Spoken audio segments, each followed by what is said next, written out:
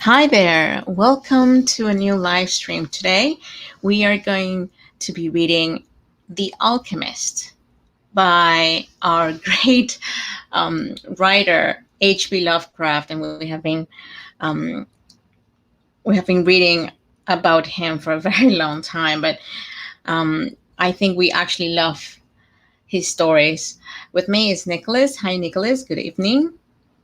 Hey, thanks for having me back.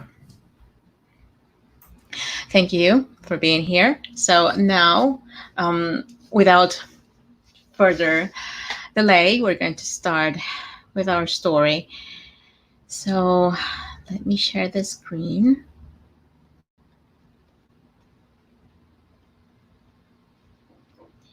And we're going to start. Do you want to start, Nicholas? Sorry, I was muted there. Okay, The Alchemist by H.P. Lovecraft.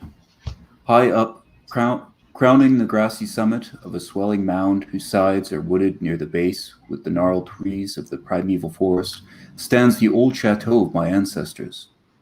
For centuries, its lofty battlements have frowned down upon the wild and rugged countryside about, serving as a home and stronghold for the proud house whose honored line is older even than the moss-grown castle walls.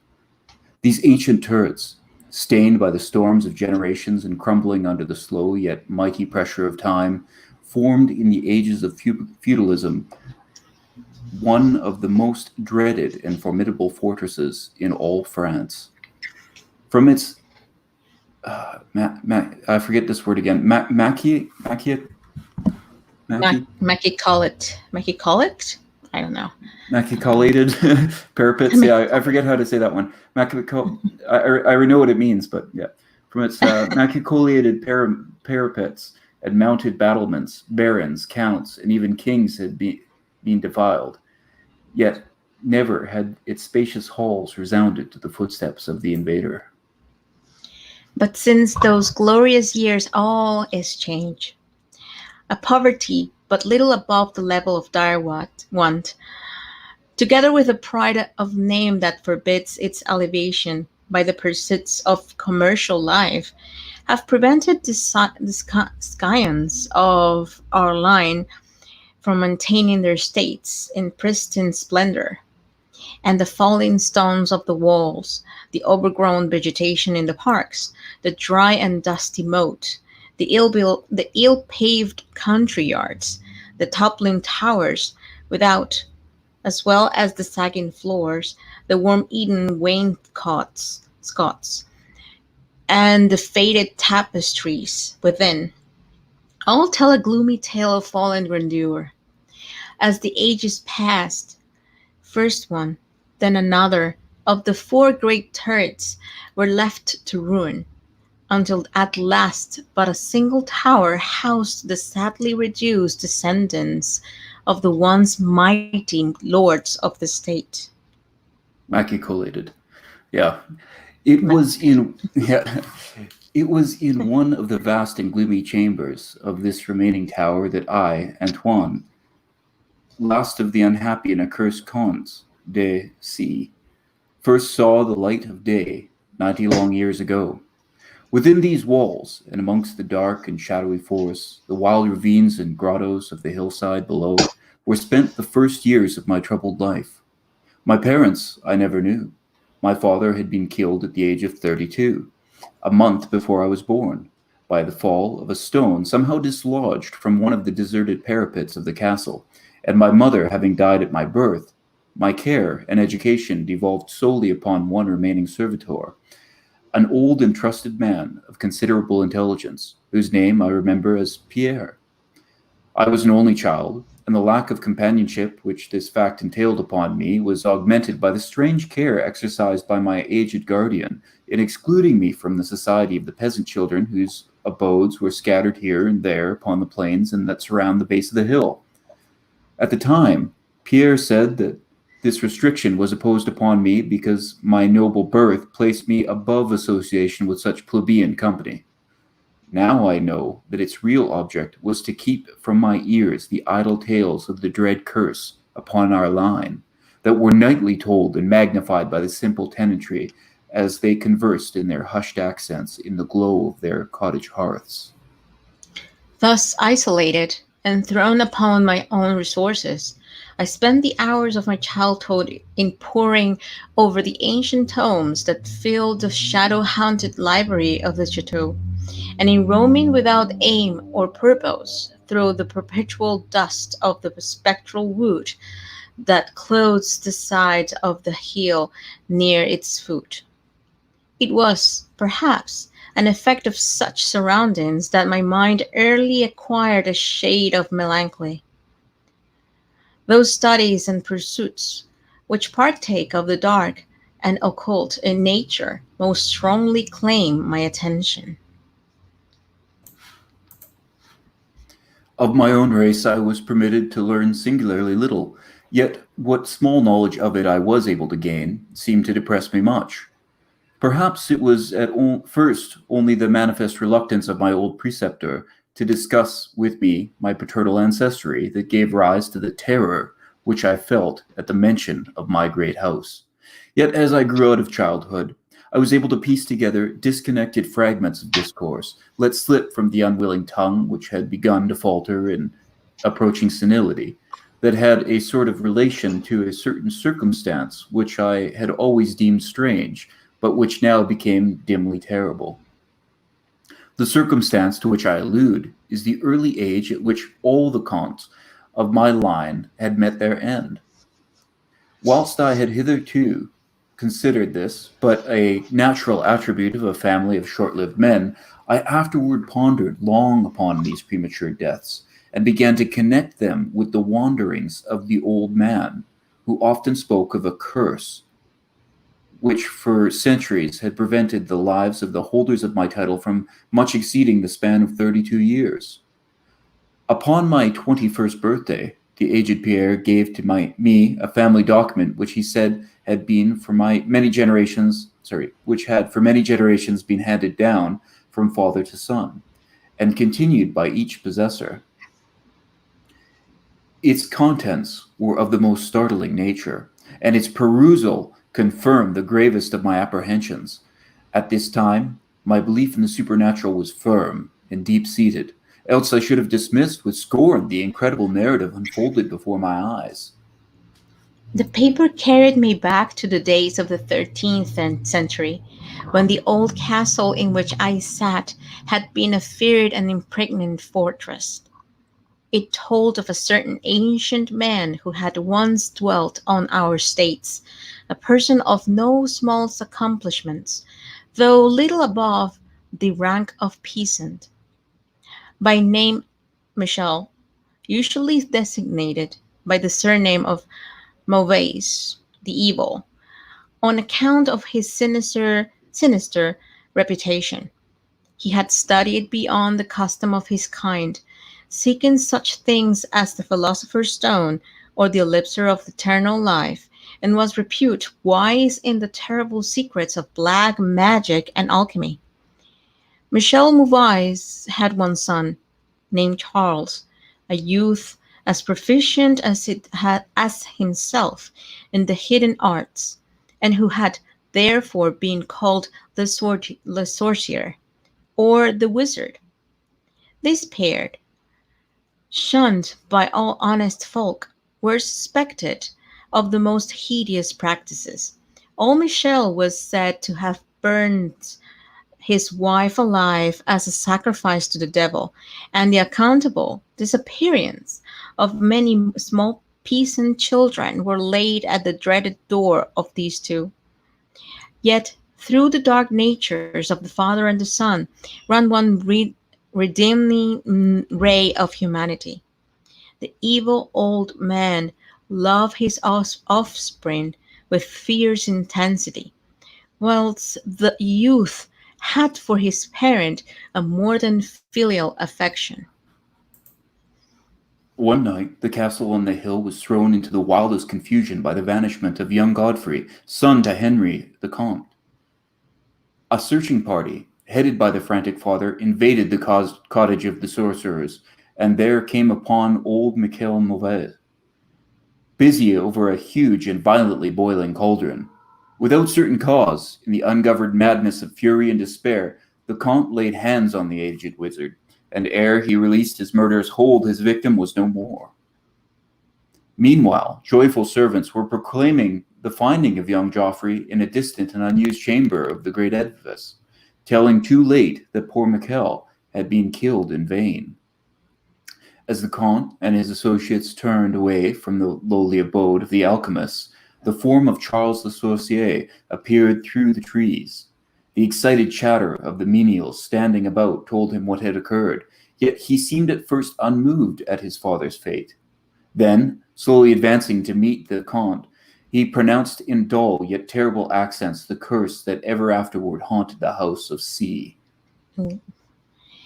May never a novel of thy murderous line survive to reach a greater age than thine. Spake he, when, suddenly leaping backwards into the black wood, he drew from his tunic a phial of colorless liquid, which he threw into the face of his father's lair as he disappeared behind the inky curtain of the night. The Comte died without utterance, and was buried the next day, but little more than 2 and 30 years from the hour of his birth. No trace of the assassin could be found, though relentless bands of peasants scoured the neighboring woods and the meadowland around the hill. Thus time and the want of a reminder dulled the memory of the curse in the minds of the late Comte's family, so that when Godfrey, innocent cause of the whole tragedy, and now bearing the title, was killed by an arrow whilst hunting, at the age of 32, there were no thoughts save those of grief at his demise.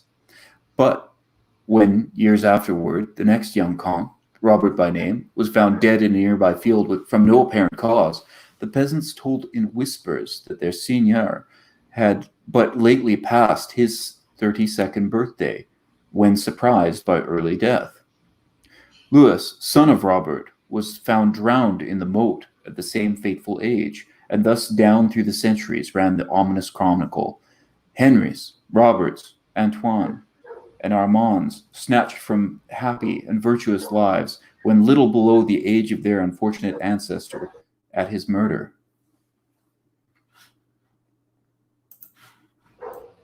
Can you continue, Nicholas? Sorry. Sure. That I had left at most but 11 years of further existence was made certain to me by the words which I read. My life, previously held at small value, now became dearer to me each day, as I delved deeper and deeper into the mysteries of the hidden world of black magic. Isolated as I was, modern science had produced no impression upon me, and I labored as in the Middle Ages, as rapt as had been old Mikkel and young Charles themselves in the acquisition of demonological and alchemical learning. Yet read as I might, in no manner could I account for the strange curse upon my line. In unusually rational moments, I would even go so far as to seek a natural explanation, attributing the early deaths of my ancestors to the sinister Charles Le Sorcier and his heirs. Yet, having found upon careful inquiry that there were no known descendants of the alchemist, I would fall back to the occult studies, and once more endeavor to find a spell that would release my house from its terrible burden. Upon one thing I was absolutely resolved. I should never wed, for since no other branches of my family were in existence, I might thus end the curse with myself. As I drew near the age of 30, old Pierre was called to the land beyond. Alone, I buried him beneath the stones of the courtyard about which he had loved to wander in life. Thus was I left to ponder on myself as the only human creature within the great fortress, and in my utter solitude, my mind began to cease its vain protest against the impending doom, to become almost reconciled to the fate which so many of my ancestors had met. Much of my time was now occupied in the exploration of the ruined and abandoned halls and towers of the old chateau. which in youth fear had caused me to shun, and some of which, all Pierre had once told me, had not been trodden by human foot for over 4 centuries. Strange and awesome were many of the objects I encountered. Furniture, covered by the dust of ages and crumbling with the rot of long dampness, met my eyes.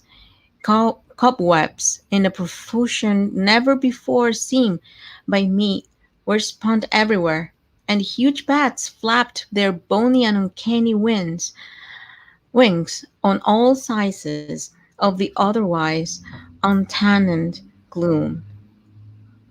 Of my exact age, even down to days and hours, I kept a most careful record. For each movement of the pendulum of the massive clock in the library told off so much more of my doomed existence. At length, I approached that time which I had so long viewed with apprehension. Since most of my ancestors had been seized some little while before they reached the exact age of Comte Henry at his end, I was I was every moment on the watch for the coming of the unknown death. In what strange form the curse should overtake me, I knew not, but I was resolved, at least, that it would not find me a cowardly or a passive victim. With new vigor, I applied myself to the examination of the old chateau and its contents. It was upon one of the longest of all my excursions of discovery in the deserted portion of the castle, less than a week before the fatal hour which I felt must mark the utmost limit of my stay on earth, beyond which I could have not even the slightest hope of continuing to draw breath, that I came upon the culminating event of my whole life. I had spent the better part of the morning in climbing up and down half ruined staircases in one of the most dilapidated of the ancient turrets.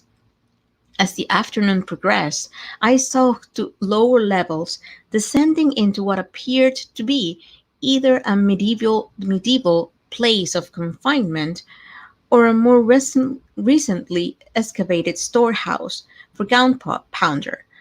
As I slowly traversed the nitre encrusted passageway at the foot of the last staircase, the pavement became very damp, and soon I saw by the light of my flickering torch that a blank, water-stained wall impeded my journey. Turning, to retrace my Turning to retrace my steps, my eye fell upon a small trapdoor with a ring, which lay directly beneath my feet. Pausing, I succeeded with difficulty in raising it, whereupon there was revealed a black aperture, exhaling noxious fumes, which caused my torch to sputter, and disclosing, in the unsteady glare, the top of a flight of stone steps. As soon as the torch, which I lowered into the repelled depths, burned freely and steadily, I commenced my descent. The steps were many, and led to a narrow stone-flagged passage which I knew must be far underground. The passage proved of great length, and terminated in a massive oaken door, dripping with the moisture of the place, and stoutly resisting all my attempts to open it. Ceasing after a time my efforts in this direction, I had proceeded back some distance towards the steps, when there suddenly fell to my experience one of the most profound and maddening shocks capable of reception by the human mind. Without warning, I heard the heavy door behind me creak slowly open upon its rusting hinge. My immediate sensations are incapable of analysis. To be confronted in a place as thoroughly deserted as I had deemed the old castle with evidence of the presence of man or spirit, produced in my brain a horror of the most acute description. When at last I turned and faced the seat of the sound, my eyes must have must have started from their orbits at the sight that they beheld. There, in the ancient Gothic doorway, stood a human figure.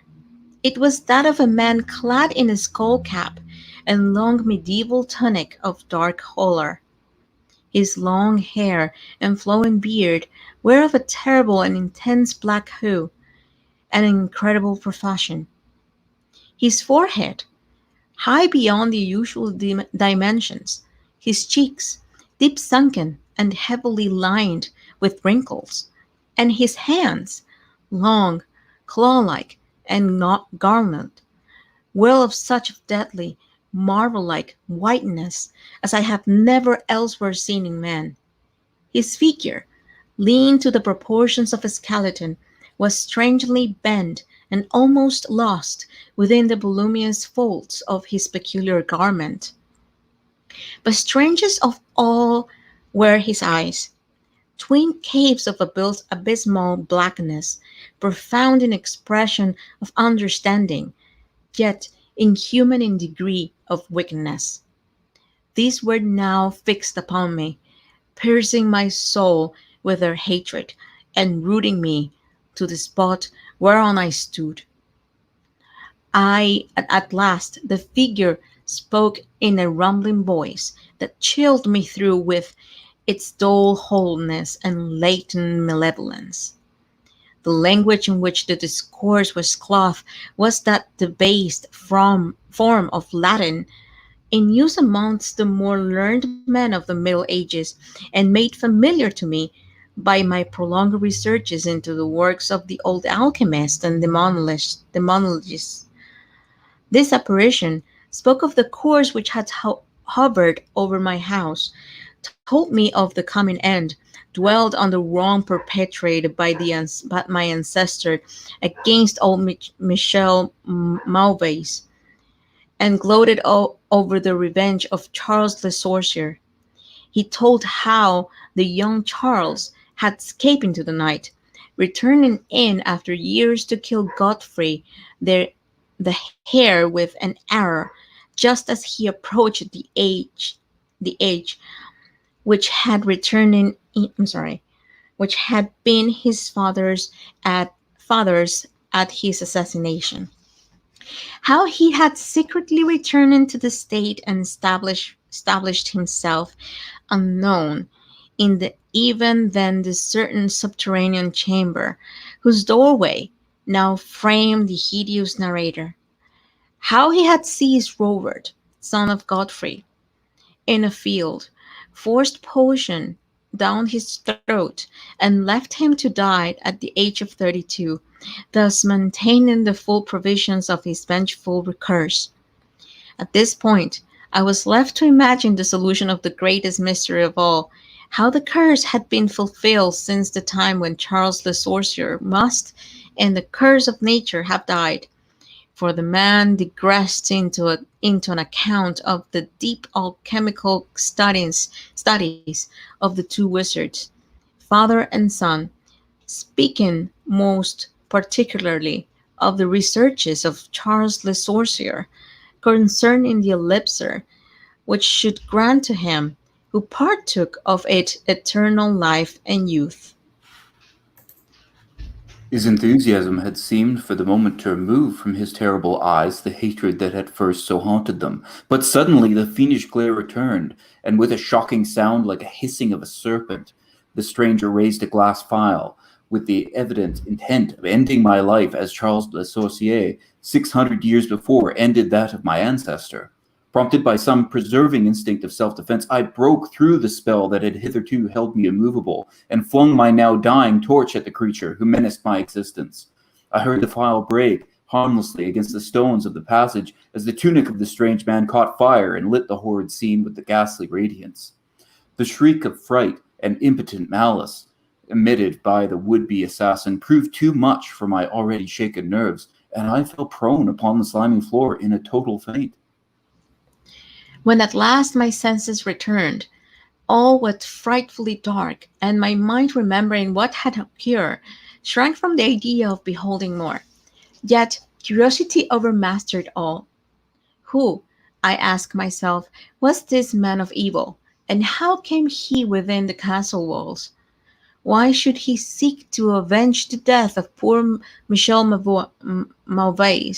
And how had the curse been carried on through all the long centuries since the time of Charles Le Sorcier? The dread of years was lifted from my shoulders, for I knew that he whom I had felled was the source of all my danger from the curse. And now that I was free, I burned with the desire to learn more of the sinister thing which had haunted my line for centuries, and made of my own youth one long continued nightmare. Determined upon further exploration, I felt in my pockets from flint and steel, and lit the unused torch which I had with me. First of all, the new light revealed the distorted and blackened form of the mysterious stranger. The hideous eyes were now closed. Disliking the sight, I turned away and entered the chamber beyond the Gothic door.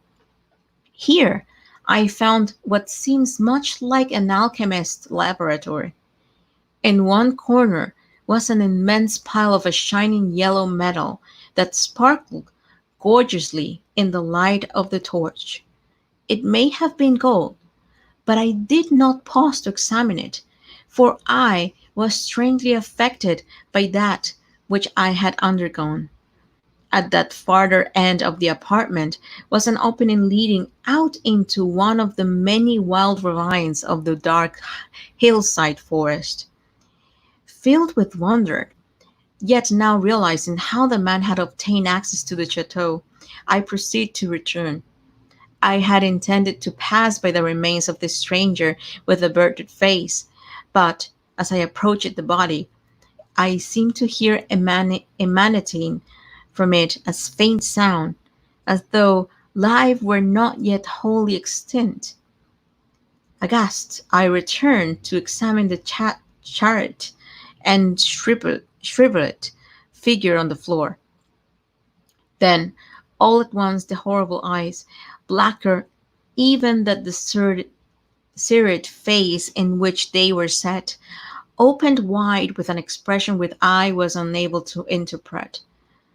The cracked lips tried to frame words which I could not yet understand. Once I caught the name of Charles Le Sorcier, and again I fainted that the words years and curse issued from the twisted mouth.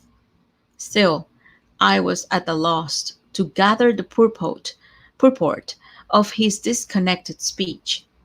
At my evident ignorance of his meaning, the pitchy eyes once more flashed malevolently at me until until, helpless as I saw my opponent to be, I trembled as I watched him.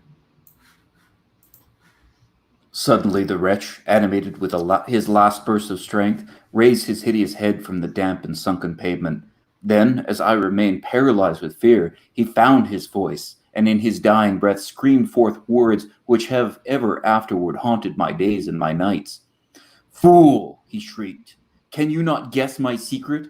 Have you no brain whereby you may recognize the will which has through 6 long centuries fulfilled the dreadful curse upon your house? Have I not told you of the great elixir of eternal life? Know you not how the secret of alchemy was solved?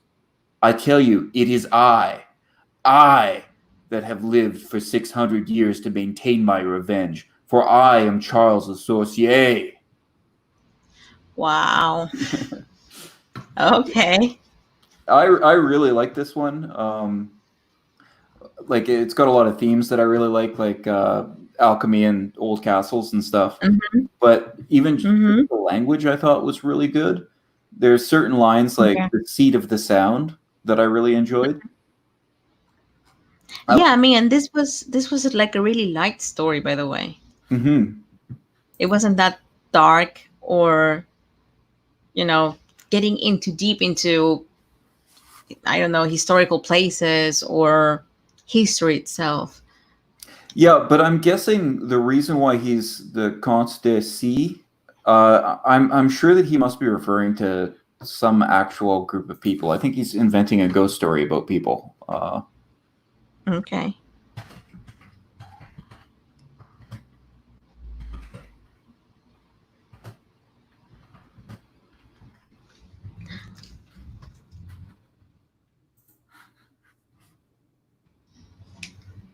Okay, I can't find it right now, but I feel like that's why he did the C and didn't actually give a name. Uh-huh. Is that these were supposed to be. Here we go. Maybe I'll get something on the wiki fandom here.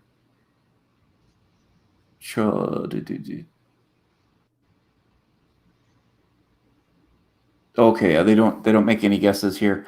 So maybe he just made it up. But the fact that he was like he mentioned that there's Antoine's and there's Armands, so there's more than one of each of those, and there's these other specific names in the family. I wonder if he was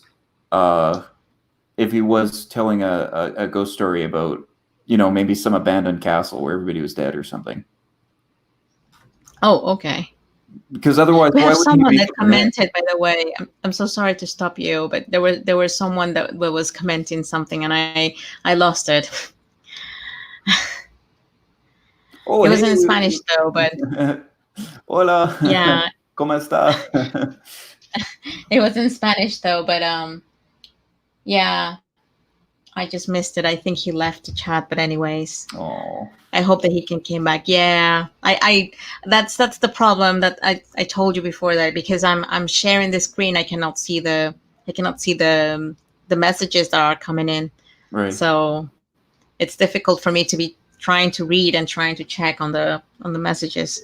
So Well, I hopefully hope they'll that, come back. Yeah. yeah, I hope that he come back. Well, um, getting again into the story. As I said, I think it was like a really light story. It was something that I really enjoyed as well reading. I love the alchemy. I haven't read that much, but I really love the stories of alchemy. And it was quite in particular. I mean, the ending was quite funny for me, that Charles Le Sorcier was still alive, and he was the one that I think he was maybe transmuted into the person that he had to kill so he can get his life, so he can still be alive at this time. Oh, I didn't take that meaning at all from it. Like he had discovered the elixir of life, which is one of the like. Yeah, but the fundamentalist, or the main art in alchemy, is that you give something for. I mean, it's an equal trade, right? It's an equal trade. So you are gaining life by giving something to the I don't know, Okay, to the well, elements, and that's how it works. That's how the alchemy works. So if you are searching for, it's mentioned before here, the stone, the philosopher's stone, what's the name? Philosopher's Stone. Yeah, the philosopher's stone. So that's the way to create the eternal life. So you are actually getting someone else's life for you to have the eternal life, or to have more life. Let's say it so.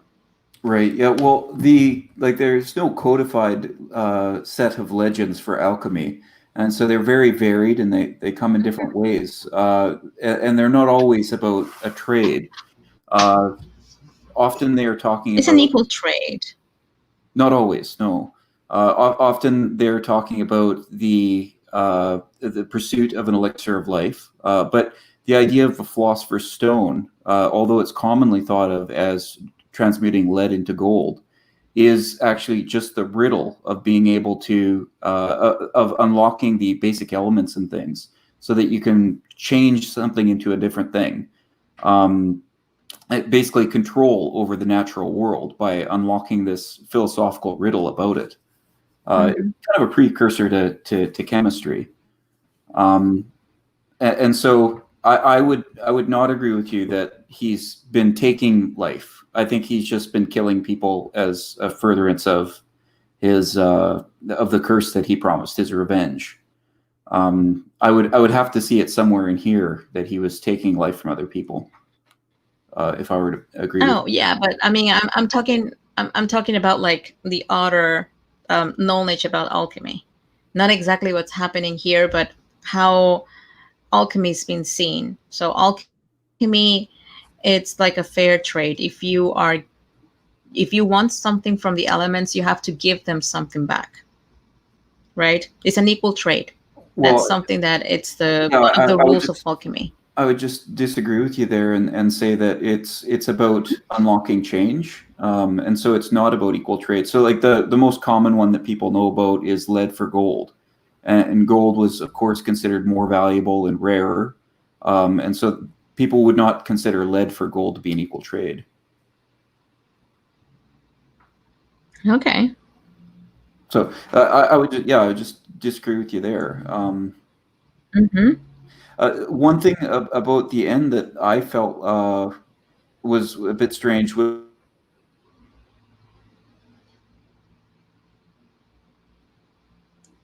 Are you there, Nicholas? I lost you. a big long paragraph that you're writing. Like I Oh my God, that was a really long paragraph.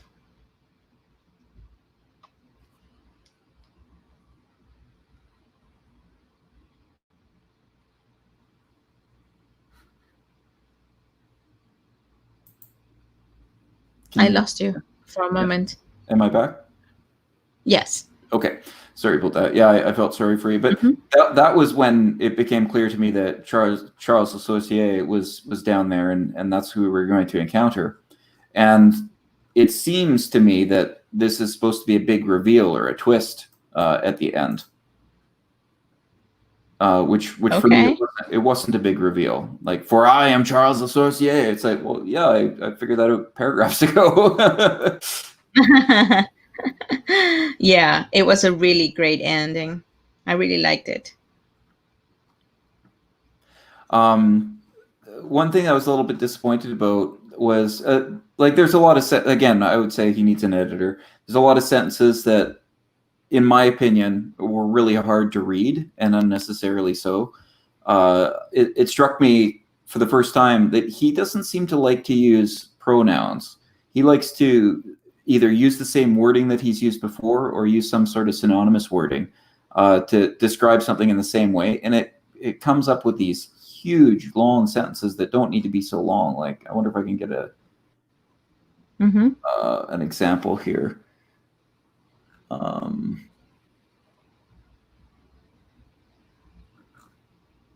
I know there was a really good example of something that was just like the.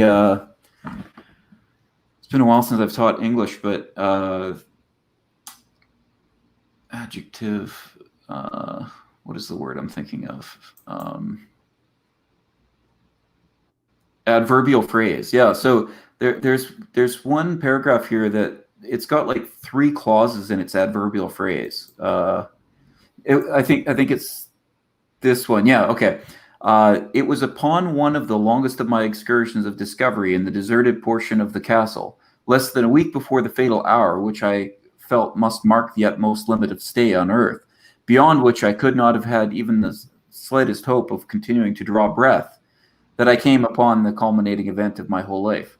So everything before that I came upon the culminating event of my whole life is just telling us when the rest of the sentence is happening. So Okay. he's got like 3 lines telling us the timing, and then just like Mm-hmm. a short line for what happens at that timing. Yeah. And so I don't think that's very clean writing. Uh, I could see all kinds of ways to split this up, and I think pronouns would be a good way to do it. But I get the feeling like he would have disagreed with me. Like, if I'd sat down with him and said, split this up into 2 or 3 sentences, use it or that or something like that, like, here and there. I think he Yeah. would have said no. It This was is, quite difficult to read that. yeah. And I think he would have preferred it this way. Perhaps he didn't have as much problem with language as the rest of us, so maybe it was just easier for him. Or maybe it's because he wrote Yeah, it. and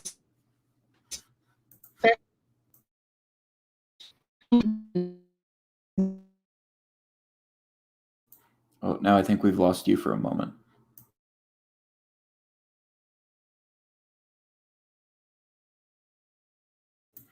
Pat, can you hear me?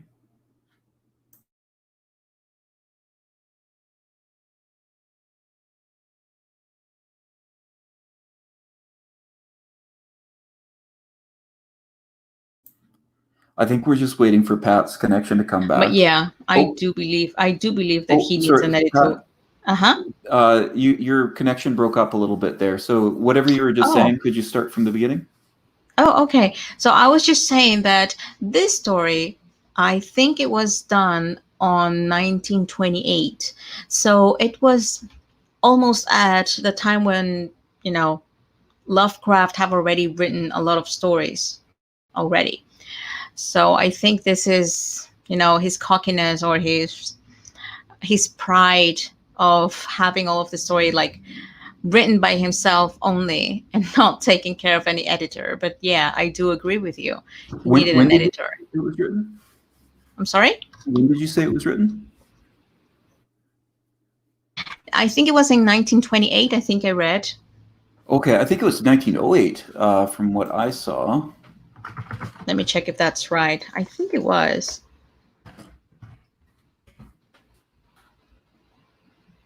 Oh, I'm sorry. It was in 1908. Oh, I think I Yeah, yeah. maybe have misread it. So he had 17 or 18 years old. Hmm. Well, then I guess it might be that he was still learning.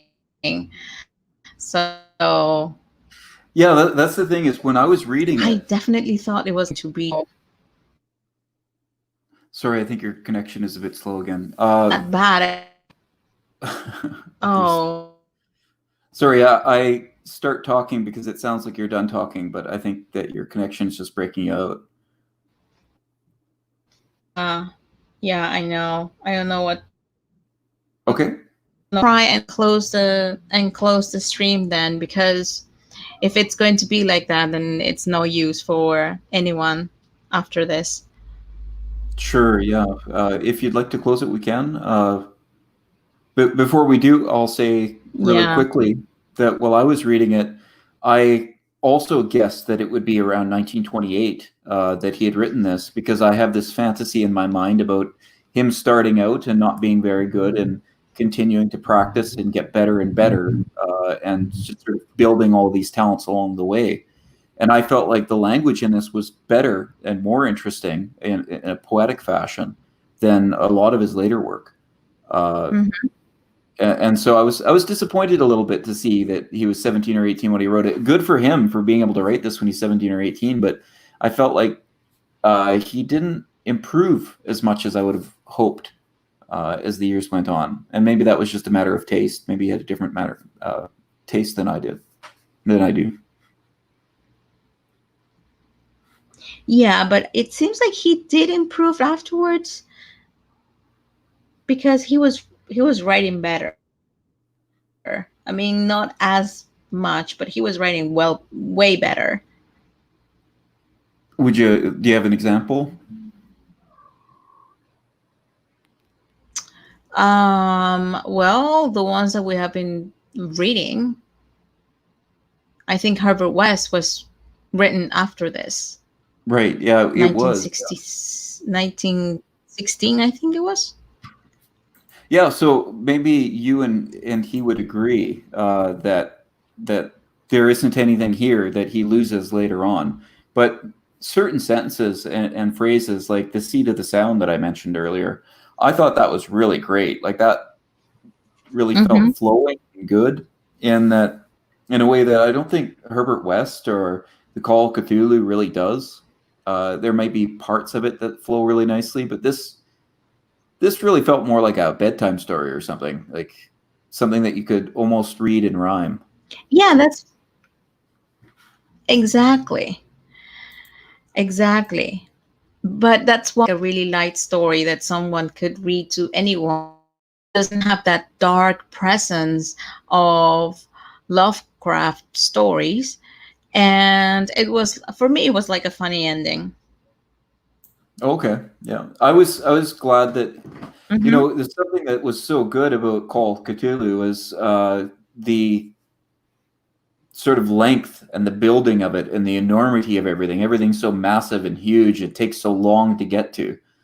And I was glad that that wasn't in this. That it is very to the point. That there may be a cellar with long tunnels and they may go down a bit, but after a few sentences, we're there.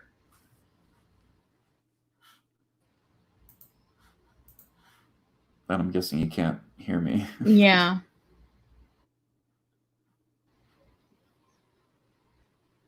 Well, I Pat, mean, maybe we should wrap it up if you're having trouble again. what's going on, but um, so I don't know why my internet is not. It's against us today.